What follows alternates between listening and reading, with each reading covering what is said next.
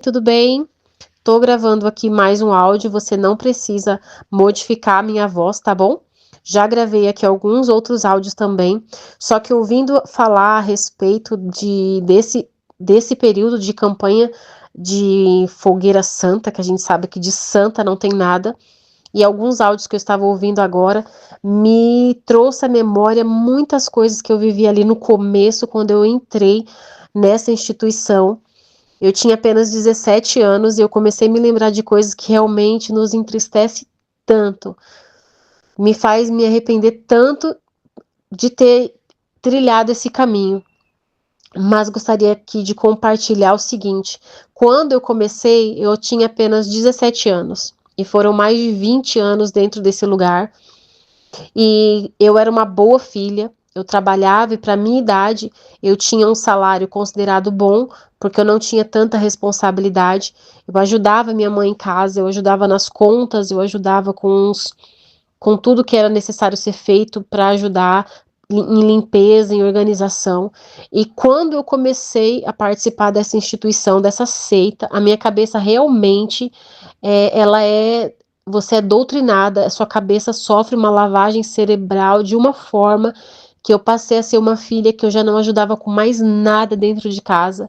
De segunda a segunda eu estava dentro desse lugar, saía do meu trabalho diretamente para a suposta igreja, e todas as vezes que eu vinha com o meu pagamento na bolsa, todas as vezes eu chegava em casa com menos da metade, porque uma parte era para pagar um fardo de jornal, outra parte era para dar uma boa oferta, outra parte é para você ajudar algum grupo que está precisando, ou para você ajudar na compra de um azeite, na compra do suco de uva.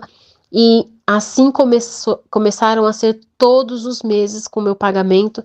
Eu já não ajudava em casa, eu já não ficava em casa, era de segunda a segunda, de sábado, de domingo. E com esse comportamento, a minha mãe começou a ter ódio, um ódio muito grande dessa igreja. E, e esse ódio refletia em mim, porque a maneira com que ela começou a tentar me tirar de lá era me punindo. De que forma? Ela não permitia que eu comesse nada mais dentro de casa. Eu chegava em casa e toda a comida ela preferia jogar fora do que me alimentar, do que dar para que eu comesse. Ela falava: se você quer alguma coisa, que você compre ou que você peça para os seus pastores, já que tudo que você tem você está dando lá. E quando eu pedi orientação, pouquíssimas vezes eu busquei alguém para ser orientada, mas na própria reunião você já é induzida a acreditar que isso é o diabo, porque falam que depois do batismo nas águas vai vir o batismo com fogo, o diabo vai se levantar muito mais. Então eu sempre acreditava que aquilo era o que estava acontecendo na minha vida, era o diabo, que minha mãe estava sendo usada pelo diabo para me perseguir, mas na verdade era o meu comportamento como filha, porque eu tinha deixado todas as responsabilidades sobre ela e dava todo o meu dinheiro na igreja. E uma coisa que eu me recordei muito num relato que eu ouvi agora, foi de como eu passava fome dentro dessa igreja. Porque depois de um período de tempo, de tanto que eu me entreguei, eu acabei saindo do trabalho. Do nada, eu simplesmente pedi para sair porque eu queria ficar na igreja, eu queria me dar, eu queria fazer alguma coisa para Jesus, eu simplesmente saí. Eu pedi as contas depois de muitos anos, não recebi nada de direitos que eu tinha, porque eu simplesmente virou a minha cabeça. Eu falei: eu quero sair. E simplesmente eu abri mão de tudo e pedi as contas. E ficou pior a minha situação dentro de casa. Eu realmente não tinha acesso a nada. Eu não tinha acesso a pasta de dente, eu não tinha acesso a absolutamente nada. Minha mãe, ela cortou tudo porque eu tomei essa decisão de largar o serviço por causa da igreja. E eu não podia comer nada. Ela só não me colocou para fora porque ela falava que ela não tinha como fazer.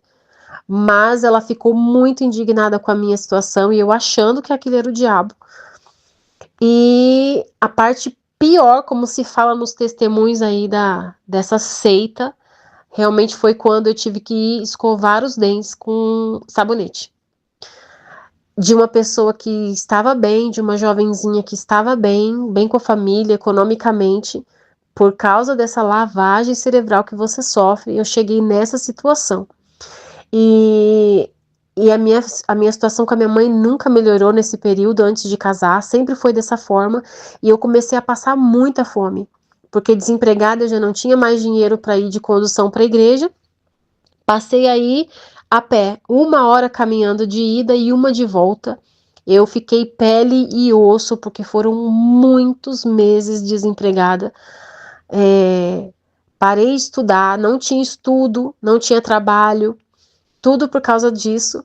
E eu passava muita fome, Davi. Isso que me chama a atenção, que eu consigo me lembrar, é que eu passava muita fome. Domingos, assim, que acaba a reunião das 7 da manhã e você é obrigado a ficar, porque você tem que preparar alguma coisa para evangelizar, para buscar os jovens lá no morro. Então você tinha que fazer uma vaquinha ou esperar a boa vontade de algum outro companheiro, sabe, comprar, e na época sempre era a mesma coisa, 20 pães, mortadela e iogurte. E era esse o nosso alimento, pelo menos o meu alimento, durante todo o domingo. Você tem que sair, você busca jovens para a reunião da Força Jovem, depois da Força Jovem você tinha que ficar para a reunião de líderes, de cabeça de tribo, acabou de cabeça de tribo, você tem reunião com os cabeças de tribo e os líderes da região, e isso já era a última reunião das 18, e os pastores querem falar com os jovens. Eu ia para casa desesperada de fome, eu sentia muita fome, muitas vezes fui chorando para casa, 1 hora caminhando pela fome que eu sentia, e eu sabia que eu não ia ter nada para comer. E realmente chegava em casa, não tinha nada. Eu tinha que sair de casa, ir para casa de uma vizinha obreira e pedir para ela comida. E ela me dava arroz com tomate, era o que me sustentava. E, e na minha primeira vez, eu era colaboradora já. Na minha primeira reunião que eu fui consagrada obreira, eu me lembro que foi a vigília da virada de 2002. E quem era o responsável era o bispo Jair, falecido bispo Jair. E eu me lembro que eu cheguei atrasada na igreja, eu cheguei atrasada, ou faltando 5 minutos, ou 10:05. Eu sei que eu não podia entrar pelo salão, porque ia ficar muito nítido que eu estava atrasada. Eu resolvi entrar pelo estacionamento dos pastores, que dava um acesso para a EBI e para a sala de Santa Ceia, e eu entrei. E quando eu entrei na sala de Santa Ceia, que eu acendi a luz, eu vi uma sala repleta de mesas decoradas para o Natal, com taças, com pratos, toalhas vermelhas, e aquilo me chamou muito a atenção, porque não se podia comemorar o Natal. Não se podia, era uma festa pagã, era errado, não podia ter árvore de Natal, não podia se vestir, porque não era de Deus, era do diabo. E como assim eles iriam festejar? Sendo que era a vigília da virada, a gente tinha que entregar a nossa última gota, e como assim um jantar daqueles? Só que o que eu me lembro é como a gente é cego. A gente vê, a gente questiona, mas a gente tem aquele seguinte pensamento: eu não vou julgar, né? Deus abençoe eles, são servos de Deus, eu não sou ninguém, isso é maus olhos da minha parte, e isso me leva a pensar nas duas classes de pessoas que existem dentro da Igreja Universal. Não são pessoas inocentes, porque todo mundo vê, é impossível que Deus não mostre os erros. Deus nunca vai ser conivente, ele vai mostrar o que existe de erro. Não são todos explícitos, mas todo membro sabe que existe coisas erradas ali. Eles sabem que os pastores mentem quando eles colocam aqueles exemplos sobre o altar. É que uma vez eu atendi alguém que me falou isso, isso e aquilo, e quando troca de pastor, esse pastor tem o mesmo exemplo. Peraí, mas era daquele pastor? É desse pastor? A gente sabe que é mentira. Só que existem essas duas classes: aqueles que sabem que é mentira e são os supostos maus olhos, os rebeldes que contaminam os outros porque não aceitam, mas também não saem, ou a grande maioria, como eu era, os cegos, não querem ver, não querem enxergar, eles tapam todos os erros. E quem sou eu para julgar?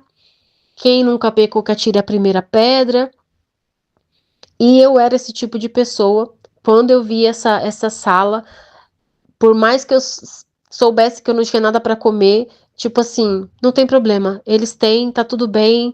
E segui em frente assim durante muito tempo. E me lembro que a única oportunidade que eu tinha de comer era ir para casa de um familiar da minha irmã, que era uma pessoa que tinha uma vida financeira muito boa, super estável, sempre teve de tudo do bom e do melhor na casa dela. E eu, por ser a caçula, era muito bem tratada por ela e, tipo, eu ia só pra comer. Eu me lembro que eu chegava na casa dela e, tipo, eu comia muito porque eu passava muita fome. Finais de ano, a mesma coisa, acabava as vigílias e na minha mente, depois da Santa Ceia, o que eu mais queria era poder comer na casa de alguém, porque realmente eu só passava fome dentro daquele lugar. E a respeito ainda desse duas classes de grupos de pessoas, me abrindo parênteses aqui, das pessoas cegas, é o mesmo caso, o mesmo exemplo desse tema que está se falando, né? Já há um bom tempo também você já falou sobre isso, da suposta paternidade do pastor Rafael e do Macedo. O que eu tenho claro e convicta do que eu vou falar agora, ainda que seja verdade, haverá um pequeno grupo que vai sair, a grande maioria vai permanecer, porque é cega, porque não estão dentro desse lugar por Cristo. Eles não estão ali por causa do evangelho, eles estão ali porque eles acreditam no falso profeta. O falso profeta para eles é muito mais importante do que a Cristo. Ainda que for descoberto que esse rapaz é mesmo, que seja explícitos nos noticiários que não vai acontecer, mas ainda assim a grande maioria vai permanecer ali, porque elas são pessoas enganadas, mas também são enganadoras, porque elas querem o que é falso, elas querem o falso profeta. Elas amam esse homem, elas idolatram esse homem, elas não questionam a Bíblia, elas não fazem nada, assim como eu não fazia. Então agora, e nesse Natal, vai fazer 1 ano e meio que eu estou fora, mas o que eu posso falar para você que escuta os depoimentos e que você ainda permanece aí, sabendo que é errado, você é obreiro, você sabe que é errado, você sabe que os pastores são mentirosos, nós sabemos que os pastores mentem, que eles bebem, que eles gostam de um bom samba. Eu estava ouvindo você falar sobre charutos e tudo mais, Davi, nessa última live que você fez, e eu me lembro que um pastor de segundo da sede, ele chegava com o carro dele na época, um carro muito, muito bom, eu não vou me lembrar agora, e ele no estacionamento abria o carro e tava lá o Zeca Pagodinho, eu não me lembro a música porque eu não gostava, mas é tipo, eu vou fazer macumba para não sei o quê, eu não me lembro, mas era bem isso, eu vou fazer macumba para não sei o quê, e eu me questionava, a gente luta na sexta-feira contra os demônios na macumba, e o pastor tá ouvindo o Zeca Pagodinho, e eu achava isso um absurdo, mas eu ainda ficava ali, me submetia àquilo, porque eu entrei muito jovem, não tinha internet, eu não sabia de tantos de falsos profetas, eu simplesmente pensava, eu vou ficar aqui, Deus vai mostrar, um dia ele vai revelar quem é de Deus e quem não é. Não tinha noção disso de seita, como muitas pessoas não têm. O que não justifica hoje todas essas pessoas que estão no seu canal, do Marcelo, do Palhaço Cristão, do Ricardo e tantas outros que vêm fazendo denúncias não somente de um bispo que ouve uma música, um pagode, o que seja, mas são denúncias gravíssimas de lavagem de dinheiro, de drogas, de envolvimento com tráfico, de dinheiro de prostituta para poder fazer o templo, de o caso do Lucas Terra, pastores que não podem ter filhos e tantas coisas. Nós não estamos falando da denúncia de uma música, nós estamos falando de crimes. São crimes perante a lei e aqueles crimes também que não é reconhecido diante da lei, que é o trauma que esse lugar traz para a vida das pessoas. E eu não falo como obreira, eu falo como uma ex-esposa de pastor, que estive lá dentro e que sei dos traumas que essa instituição traz para a vida das pessoas. Hoje, 1 ano e meio fora desse lugar, eu tenho total convicção que eu estou livre das garras do faraó Macedo. Eu saí do Egito, mas eu me encontro no deserto como os hebreus, tentando me livrar de todos os gatilhos, de todos os traumas que a gente sai de lá de dentro. Eu não sei a vida de outros pastores, eu não sei a vida de outras esposas, mas muitos não têm coragem de vir no seu canal, de gravar, nem que seja anonimamente um depoimento, mas seria excelente que as pessoas viessem, gravassem mais testemunhos para poder falar, para tentar alertar as pessoas de tudo que se sofre aí. Eu tô 1 ano e meio fora e sair dali, você sai sem nenhuma identidade. Eu fui alcançada pela graça, sim, eu só saí porque eu conheci o Evangelho. Só que isso não quer dizer que o Evangelho, num estalar de dedos, transformou o que aconteceu dentro de mim durante mais de 20 anos. Assim como Deus tirar o povo do Egito, não transformaram eles instantaneamente, foi necessário o processo do deserto. Mas você sai dali com traumas. Eu não sou mãe, eu não posso ter filho. E hoje eu estou numa igreja saudável, reformada, onde é pregado o evangelho. E todo lugar que eu olho existe famílias, existem filhos, todos os irmãos que vêm cumprimentar a gente, o pastor, todos vêm com os seus filhos nos braços. São pouquíssimos os que não têm. Eu vim de uma realidade em que todas as reuniões que eu participava não tinha criança. Não tinha amor por criança, não tinha amor por ser mãe. 23 anos ouvindo que mãe era uma praga. Perdão, que filho não era uma bênção, era uma praga. Eu já pus mão na minha barriga e falando, Deus, seca o meu útero, porque eu não quero isso. De aprender que Deus não queria isso, porque iria atrapalhar o meu ministério, que o meu sacrifício era ser mãe espiritual. Foram 23 anos, eu sei que hoje isso é errado, mas um trauma que eu tenho é não poder ter escolhido ter filhos. E ainda que me perguntem, fulana, mas você pode adotar. O problema não era adotar, o problema é que eu não sei se eu quero ser mãe. E não me importa o que você vai pensar a respeito disso. Eu realmente não sei se eu sei ser mãe. Porque foram 23 anos não querendo isso. Então, você sai de lá com muitas coisas. Você é ensinado a não projetar o seu futuro. Você é proibido fazer planos. Você não pode, como um pastor e uma esposa, você não pode falar, daqui 1 ano eu vou viajar. Daqui 6 meses eu vou fazer um curso. Daqui 1 ano eu vou visitar os meus pais. Você não pode. A única coisa que você tem que ter é uma mala pronta.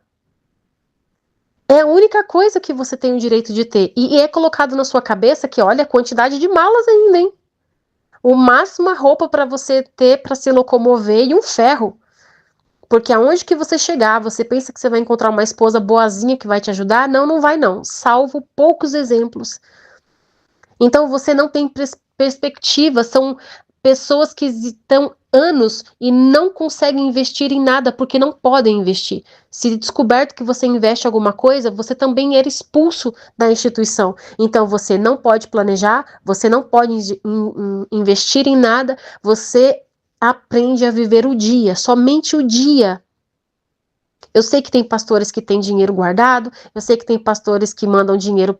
Eu estava fora do Brasil, então que tiram dinheiro da onde está e mandam para o Brasil e compram um carro, ajuda a família, mas não era o meu caso, eu sou a cega. Eu era a cega fanática, que não pode, não pode. Eu tinha que obedecer. Bem mais aventurado é o que obedece. Feliz é o que obedece, eu era essa, estúpida. Então eu não planejava, eu não tinha dinheiro guardado, eu não tinha nada. Porque eu acreditei durante 23 anos que eu estava segura, que a Universal era minha família, que ainda que meu marido aprontasse algo e eu fosse e entregasse ele, Eu estava segura porque a Universal era a minha família. Eu estava segura porque a minha vida estava no altar. E quando você sai e você descobre que tudo isso é uma mentira, que você não tem identidade, você não tem formação econômica, você não tem formação psicológica, você não sabe nem quem você não tem dinheiro, você não tem profissão, você não tem estudo, você não tem nada. Você fica perdido, completamente perdido. Ainda que você creia que o mesmo Deus que te deu pela graça, te salvou, te tirou desse lugar, ele vai te sustentar, não é fácil. É muito difícil. E ainda que tenha aqueles, problema é seu, você só está falando isso porque você não teve parte do dinheiro dos grandes, e você está falando isso porque você. Podem falar o que for. Eu não me importo com a opinião mais de quem fale que acha que eu saí por isso, por aquilo. Não, eu saí porque a graça me alcançou. Só que o fato de eu ter saído não quer dizer que não exista coisas para serem vencidas. Porque você sai dali realmente feliz por ter saído, porque eu consigo me lembrar exatamente do dia que eu estava no aeroporto e a minha maior alegria era saber que eu estava voltando para o Brasil. Era a minha maior alegria. Eu não conseguia, eu não posso descrever para vocês a alegria que eu sentia em saber que eu estava voltando para casa. Ainda que eu sentisse tudo isso, com tudo isso vem essa bagagem que eu falei. De você não ter filhos, de você não saber se você quer ter filhos, de você não ter nada. Eu sou a única da minha família que não tem casa própria. E sempre fui orientada pela minha mãe. Sempre minha mãe falando, você tem que ter, você tem que ter. E eu sempre falava, eu não vou precisar, eu vou morrer no altar. E quem é pastor e quem é esposa sabe que esse jargão existia no nosso meio. Eu vou morrer no altar. Então, o conselho que eu dou para você que escuta, você tá aí, você não pode ver nenhuma live, nenhuma notificação que o Davi vai fazer vídeo, você vai lá e você dá um jeito de ouvir, seja obreiro e seja pastor, não demore para tomar a sua decisão de sair. Ainda que eu fale que é muito difícil a saída para quem estava ali de maneira sincera e honesta, entre aspas, porque eu não acredito que ninguém que está ali é inocente. Porque eu vi e ouvi muitas coisas, eu não participei, mas eu vi e ouvi muitas coisas e eu fui cúmplice por não ter nunca feito nada. Mas chegou a hora que Deus, pela graça, me tirou. Mas ainda que eu fale que é difícil, mas eu vou te falar uma coisa que é pior. Quanto mais você demora para sair, pior fica. Pior é, porque se eu tivesse saído há anos atrás, a minha situação hoje não seria a que é. Então, toma a sua decisão. Para de ficar ouvindo os vídeos somente para saber da fofoca, somente para saber se o bispo que você realmente conhece é bêbado, ele traiu com quem. Escute para que você seja alimentado e tenha forças para sair desse antro de Satanás. Obreiro, você que está aí, eu sei que essa é a sua situação. Obreiros que são traídos e o pastor fica do lado do adúltero. E ele trata mal a obreira. Obreiros que foram traídos por obreiras que caíram com os próprios pastores. Pastores que pedem dinheiro emprestado para obreiro, pedem carro. Se aproveitam de membros que têm dinheiro. Você sabe que o seu pastor trata bem somente os membros com dinheiro. Quem tem dinheiro é VIP. Você sabe de tudo isso, você sabe que eles são mentirosos, eles usam exemplos mentirosos, eles criam coisas no altar que é mentira, que nem altar é um palco. Eles contam histórias que são mentirosas para te coagir. Aí eu te pergunto, obreiro, você que está aí há alguns anos, o que você tem? O que você tem? Você não tem nada. São poucos obreiros que têm um carro e uma casa e não tem porque conquistaram. Tem por herança de família, tem por causa dos pais, tem por causa de alguém, mas você não tem nada, você não trata os seus dentes, você não pode ir num dentista, você não pode fazer nada, você não pode comprar roupa nova, Você vai dar tudo agora na campanha de Israel, você vai dar tudo que você tem e saiba que agora, na virada do ano, eles vão para o maior banquete, porque eu era esposa e todo ano tinha um banquete na catedral para os pastores. Só que antes da gente sentar para comer, o povo estava entregando na meia-noite a última gota. Até quando você vai fazer isso? Com a sua água cortada, com a sua luz cortada, com pessoas te cobrando, familiares te cobrando, e você vai falar que é o diabo? Não é o diabo. É essa seita que tem tirado tudo de você. Então para de ouvir os vídeos para saber o podre deles. Toma uma atitude. Tira esse dinheiro do seu envelope e não pense que quem está falando com você é o diabo. Invista na sua vida, busque a Cristo. E você vai ficar livre e vai ser um processo você tirar tudo isso que você tem dentro de você. Todo esse processo, tudo isso de não julgar, de não olhar com maus olhos, tudo isso, de você se submeter às pessoas igual um empregado. Mas o Espírito Santo, ele vai fazer a obra na sua vida, ele vai te limpar, o Evangelho vai te ajudar, mas não demora para tomar essa atitude. Não demora porque existem consequências. E ainda que Deus seja bom, e Ele é, nós colhemos o fato da gente ter escolhido ficar lá dentro. Assim como eu estou passando pelo meu processo de ter ficado mais de 20 anos e muita coisa coopera para o bem da minha vida, porque todas as coisas cooperam para o bem daqueles que amam a Deus e são chamados segundo o seu propósito, eu também tenho culpa em muita coisa. Então toma a sua atitude. Bom, é isso, meu irmão. Eu realmente tinha que desabafar porque é revoltante, é revoltante. Essa situação, eu acho que um dos piores momentos que eu passei dentro da igreja era a campanha de Israel, seja de obreira ou seja de esposa, porque mesmo como esposa eu sacrificava. Mesmo como esposa eu sacrificava.